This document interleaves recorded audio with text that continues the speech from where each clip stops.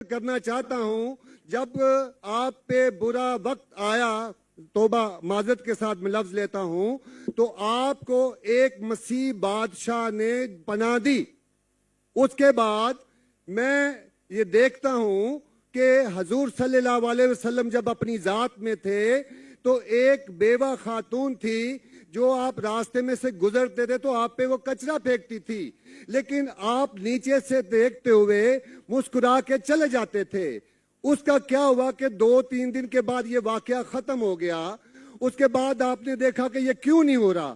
جب آپ نے دیکھا کہ وہ بستر بیماری پہ پڑی ہوئی ہے اور آپ نے جا کر ان کی تیمارداری شروع کر دی اور آپ نے ان کو کھانا دیا، اس کے سوال آ رہا ہوں نا بھائی، انٹرپٹ کیوں کر رہے ہو؟ میں یہ بات کرنا چاہ رہا ہوں کہ محمد صلی اللہ علیہ وسلم جو ہیں وہ رحمت العالمین ہیں۔ وہ جب بیوہ نے دیکھا کہ جنہوں نے مجھے بھڑکایا تھا وہ تو کوئی اب ان کا پرسان حال نہیں ہے، لیکن حضور صلی اللہ علیہ وسلم نبی کون و مکان آخری نبی جو اس سرور کائنات رحمت العالمین ہیں، وہ ان کی تیمارداری کرتے ہیں۔ وہ آپ کے اس عمل کو دیکھ کر بشرف اسلام ہو گئی۔ آج میں اپنے ملک میں دیکھتا ہوں کہ مجھے مسیح ہوتے ہوئے یہاں نفرت کی نگاہ سے دیکھا جاتا ہے، جبکہ ان کو رحمت العالمین کہا گیا ہے۔ اگر ہم اپنے مسیحوں کے ساتھ وہ رویہ نہیں رکھیں گے جو حضور صلی اللہ علیہ وسلم نے رکھا ہے تو وہ کیسے رحمت العالمین ہیں؟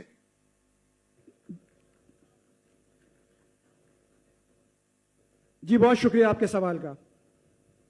آخری الفاظ ذرا۔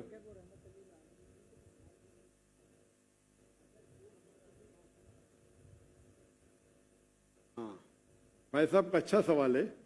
ان کا نام جاوید مسیح ہے اور انہیں مثال دی کہ محمد صلی اللہ علیہ وسلم جب صحابہ نے ہجرت کی تو ابیسینیا کے بادشاہ نے انہیں پناہ دی، اور ذکر کے ایک عورت جو کچرا پھینکتی تھی، اور وہ کہہ رہے کہ آج اس ملک میں مسلمان ان کو نفرت کی نظر سے دیکھتے، اپنے الفاظ استعمال کی نفرت کی نگاہ سے دیکھتے ہیں۔ تو کیوں؟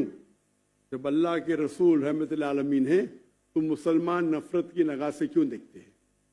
قرآن میں اللہ سبحانہ تعالیٰ فرماتے ہیں سورہ مائدہ میں سورہ نمبر 5 آیت نمبر 82 میں کہ مسلمان کے سب سے قریب وہ لوگ ہیں جو کہتے ہیں کہ وہ کرسچن ہیں۔ یہ قرآن کی آیت ہے کہ مسلم سے سب سے قریب وہ لوگ ہیں جو لوگ کہتے ہیں میں نصارہ ہوں، آئی ایم اے کرسچن۔ یہ قرآن کی آیت ہے۔ اور قرآن میں 1/3 حصہ 1/3 of the Quran 1/3 of the Quran is addressed to مخاطب ہے یا اہل الکتاب، یا اہل الکتاب کہو اہل کتاب سے، یہود اور نصارہ سے۔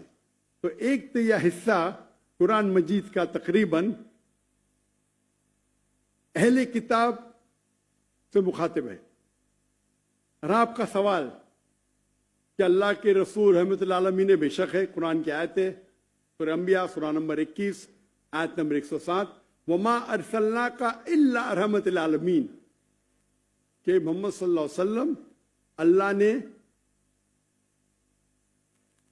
انہیں رحمت العالمین رحمت بنا کے بھیجا ہے، سارے عالم کے لیے، سارے انسانیت کے لیے۔ وہ بے شک ہے، اس پہ کئی کتاب لکھی گئی۔ اگر آپ کو مسلمان نفرت سے دیکھتے ہیں اس کی وجہ جاننا ضروری ہے۔ مسلمان تو دوسرے مسلمان کو نفرت سے بھی دیکھتے،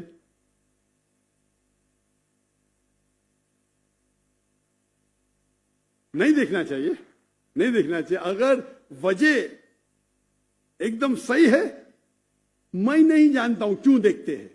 اگر میں ایک شخص کو دیکھوں گا جو ایک لڑکی کو چھیڑ رہا ہے تو مجھے بھی اس سے نفرت آئیں گی، چاہے وہ مسلمان ہو، چاہے ہندو ہو، چاہے مسیح ہے۔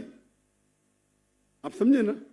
تو اس وقت مجھے ہدایت دی گئی ہے، اگر ایک انسان کوئی خواتین یا کوئی لڑکی کا بلاತ್ಕಾರ کر رہا ہے یا زنا بالجبر کر رہا ہے تو رحمت کیا کہتی ہے؟